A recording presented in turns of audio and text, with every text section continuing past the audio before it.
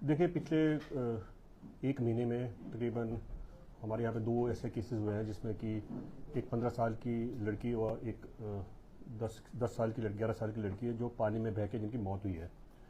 तो उस तहत में कुछ हमारे पाउंटा वासियों में थोड़ी सी इंसिक्योरिटीज़ हैं और थोड़ा जांच को लेके कुछ प्रश्न है, जिसके मद्देनज़र रखते हुए मैं एक प्रेस कॉन्फ्रेंस लोगों की जो भी इश्यूज़ है उनको क्लैरिफिकेशन के लिए मैं ये कर रहा हूँ। और साथ साथ मैं पाउंटा में, क्योंकि अभी इलेक्शन भी आ रहे हैं, पंचायत के इलेक्शन भी आ रहे हैं, तो मैं एक सिक्योरिटी की समीक्षा करने भी आया हूँ। तो इसमें सबसे पहले तो मैं आपका एक जो अभी हाल ही में जो जिसमें 23 तारीख को जो हमारे 22 तारीख को जो हमारे को बॉडी मिली है एक 10 साल की लड़की की, तो 20 तारीख को तकरीबन 9:15 बजे हमारे को कॉल आता है। तो उसमें ये कहा जाता है कि एक 10 साल की लड़की है वो गुम है 5:15 बजे से लेके। तो उसी टाइम हम मामले की गंभीरता को देखते हुए, क्योंकि इसमें एक छोटी लड़की इन्वॉल्व है, तो इसमें हमने एक FIR दी थी किडनैपिंग की। तो उसी को तकरीबन 9:50 पे हमें इन्फॉर्मेशन मिलती है कि वो यमुना घाट के आसपास उसकी बॉडी है।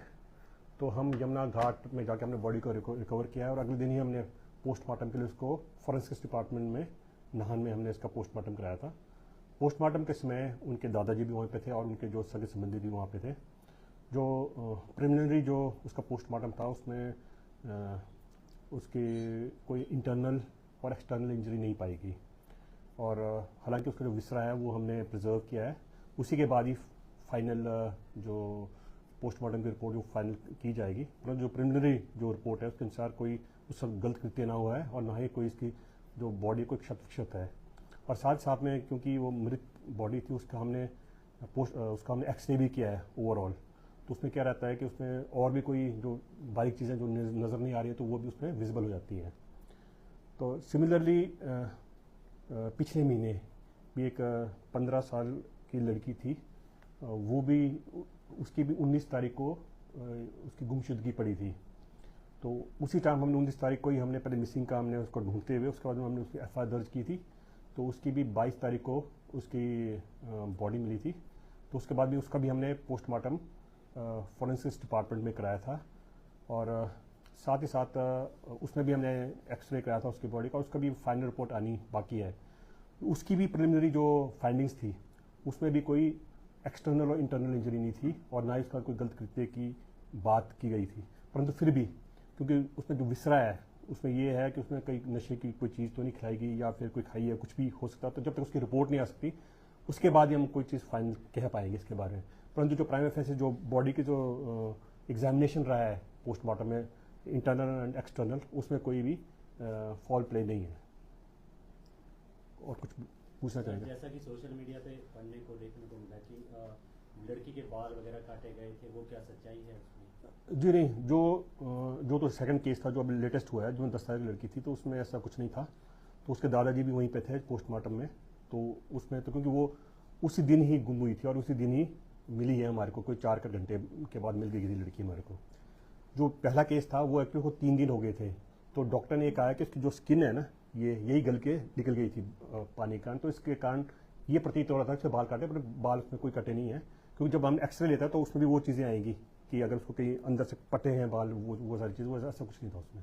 और सर एक जो उसकी मम्मी है, हाँ, वो भी कह रहे हैं कि 2-3 दिन पहले कोई कॉल आता है उसको। जी जी, देखो ये लड़की 19 तारीख को गुम हुई है। तो 17 तारीख को एक इनके नोन है, रेहान करके एक लड़का है, उन्होंने इन्हें फ़ोन करके कहा था कि ये हालांकि उसका जो फ़ोन नहीं था, उसने किसी दुकान वाले से फ़ोन लेके, वो हमारी इन्वेस्टिगेशन में आया हुआ है। तो उसने कहा था कि ये मैं लड़की को मैं रात को घूमते हुए देख रहा हूँ, तो कृपया ख्याल रखें। तो उस टाइम ये उनकी मदर थी, ये हमने मायके गई हुई थी कि मायके से 19 तारीख को आई है, और ये जो फ़ोन था 17 तारीख को गया है, और जो मिसिंग है वो 19 तारीख की है। और जो हमारे जो चश्मदीद जो गवाह थे, तो इनको 18 तारीख को, 17 तारीख को, 18 तारीख को भी देखा गया है इनको थोड़े इस पोंटा के एरिया में। बताया जा रहा है जो 15 साल वाली लड़की है, पहले भी 2 दिन पहले किसी और लड़की के साथ सुसाइड करने आई थी। देखिए शमशान घाट जो हमारी तफ्तीश में आया है, तो इन्हें शमशान घाट में देखा गया था। तो वहाँ पे जो शमशान में का जो चौकीदार है उसने इनको 18 तारीख को भगाया वहाँ से, जाओ यहाँ से।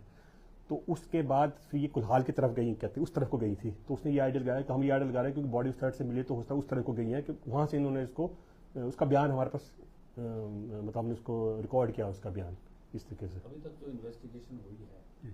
उसमें कॉज ऑफ डेथ क्या लग रहा है, ड्रोनिंग है या सुसाइड है? इसमें ना देखिए लंग्स में पानी है तो ड्राउनिंग में आता है वो, ठीक है। हमने इसमें एक डायटम टेस्ट भी किया हुआ है। डायटम टेस्ट वो होता है कि जिसमें कई बार क्या होता है कि जो लंग्स का पानी है और जो दरिया का पानी है उसका मिलान होता है, तो उसमें लगता है कि हाँ ये वहीं पे डूबी है, कि ऐसा तो नहीं कहीं और डुबा के कहीं और यहाँ पे बॉडी मिली है। तो हमने वो डायटम टेस्ट भी किया दोनों केसेस में, और जो क्योंकि लंग्स में पानी था तो वो ड्रोनिंग ही दिखाता है जो प्राइमरी फेसी है। फोर्स ड्रोनिंग का देखिए जहाँ तक तो सेकंड जो लेटेस्ट वाला है तो हमारे पास सीसीटीवी फुटेज आई है कि वो घर से भाग रही है अकेले। वो आपको भी मतलब कि जब हम तफ्तीश करेंगे तो आपको भी हम सम्मिलित करेंगे उसमें, तो उसमें ये हाँ हाँ, तो एक तो जो हमारे पास एक तो हमारे सीसीटीवी फुटेज आ रहा है कि ये ना जहाँ से घर है उसके आगे सीसीटीवी फुटेज है इस साइड से, तो वहाँ से यमुना की तरफ भाग रही है ट्रकों के बीच में से, ये दौड़ी अकेली है ये, तो ये चीज़ है। और घर इसका वहीं पे पास में है। और सेकंड है हमारे पास एक और हमारा गवाह है कि जिसमें वहाँ से उसको बहते हुए जिसमें बचाओ बचाओ करके कह रही है, उसने पुल के पास से देखा इसको नीचे, जब तक कि वो थोड़ा मूव किया था तब तक वो पानी में डूब चुकी थी। तो उसमें ये लगता है कि ये पानी में गई है और कैसे गई है ये जांच का विषय है। और इसी उसमें ना मैंने एक SIT बनाई है, special investigation team under DSP साहब, उसमें SHO साहब भी हैं और हमारे साइबर सेल के भी लोग भी हैं। इस जो दुखद घटनाएं हुई हैं दो, इसके मद्देनजर इनको देखते हुए इसकी मतलब कि अच्छी तरह जांच होने के लिए, निष्पक्ष जांच होने के लिए SIT बनाई गई है। ये डे टू डे बेसिस पे मुझे भी रिपोर्ट करेंगे और जो भी होगा हम उसको साझा भी करेंगे। ऐसा बताया जा रहा है कि जो पहली लड़की डूबी थी उसके साथ एक लड़की जो थी वो एक आल्टो कार में बैठ के गई थी, उसको ट्रेस कर पाए हैं अभी तक? नहीं जी, हम उस पर अभी जांच चल रही है हमारी, स्क्रीनिंग करता था तो उसको हमने कब्जे में ले लिया है, उसको फोरेंसिक से। सर इस तरह के कृत्य पहले भी करता था, कुछ ऐसा लगा था? तो अभी उसके ना जो हमने उसे पूछा है तो वो वीडियो बनाता था, तो हालांकि हमने खोल के नहीं देखा, हमने पहले फ्रांसिस लैब को हमने सीधा भेज दिया है, तो फ्रांसिस से जैसे रिपोर्ट आएगी तो उसमें पता लगेगा कि कितनी वीडियोस बनाएगी, उस पर टाइमिंग के साथ सारा आ जाएगा। सर पोटा साहिब एक पहले एक शांतिपूर्ण शहर माना जाता था, इस टाइम पे क्राइम बहुत बढ़ गया है, पुलिस क्या कर रही है इसके लिए? देखिए हमारे रात को डेली हर दूसरे दिन यहाँ पे नाका लगता है, रात को नाइट पेट्रोलिंग होती है। हम जो ट्रॉले चल रहे हैं बड़े बड़े, इन पे अंकुश लगाने की कोशिश कर रहे हैं, इसमें भी ड्राइवर्स आते हैं, उनकी चेकिंग हो रही है। और साथ साथ में आपने पीछे भी देखा होगा कि हमने यहाँ पे कई जो गन्स या फिर कट्टे लेके जो आए उन्हें भी हमने अरेस्ट किया है। और हमारा जो खुफिया तंत्र है, जो हमारे सिक्योरिटी ब्रांच के हैं और जो SIU टीम है, डिटेक्शन टीम है, उनको भी हमने इसी काम पे लगाया कि जो भी बाहर से जो भी लोग आते हैं जो बाहर क्राइम करके यहाँ रहते हैं उनके बारे में रिपोर्ट दर्ज की जाए। और साथ ही साथ में हमने ना वेरिफिकेशन का एक चलाया हुआ है। तो अभी तक हमने पूरे सिरमौर में अराउंड 27,000 जो इमिग्रेंट्स हैं उनकी वेरिफिकेशन कर ली है। परंतु क्योंकि ये इंडस्ट्रियल एरिया है, यहाँ पे हर महीने हर 2 महीने में आते हैं फिर लोग चले जाते हैं। तो अभी भी स्पेशल मैंने सिक्योरिटी के लिए ऑडिट के लिए आया हूँ, तो मैं जो आपका जो ये एरिया है उसके देखेंगे और उसमें देखेंगे और प्लान करके कि हम कैसे इसको और सिक्योर कर सकें। पंचायत चुनाव को लेकर क्या इस समय शांति व्यवस्था? देखिए पंचायत जो है उसके लिए हमारे पास फोर्स आ गई है, तो आज मैंने अभी ब्रीफिंग करके आ रहा हूँ, तो अपने अपने जगह पे चले जाएंगे। इसी बीच में जो हमारे जो पड़ोसी राज्य हैं उनके SSPs को मैंने पत्र लिखा है कि इलेक्शन डेज हमने मेंशन किए हैं कि 26, 28 और 30 तारीख को कृपया करके वो अपने एरिया में नाका लगाएंगे और हम अपने एरिया में नाका लगाएंगे, जिसके तहत कि बाहर से कोई भी जो अनवांटेड एलिमेंट्स है वो हमारे राज्य में प्रवेश न कर सकें। सर ट्रालों को लेकर बात कर रहे थे, पहले 9 बजे जो टाइम था वो ट्रालों को चलने का था, उसको हटा के 10 बजे कर दिया गया था। पर अब भी काफी बार ऐसे देखने को मिलता है कि ट्राले 10 बजे से पहले ही कई बार 9:30 बजे ही चलने शुरू हो जाते हैं। उससे पहले 9 बजे के टाइम में जो है बद्रीपुर से लेके और अपना विश्वकर्मा चौक तक पूरा एक साइड जाम होता है।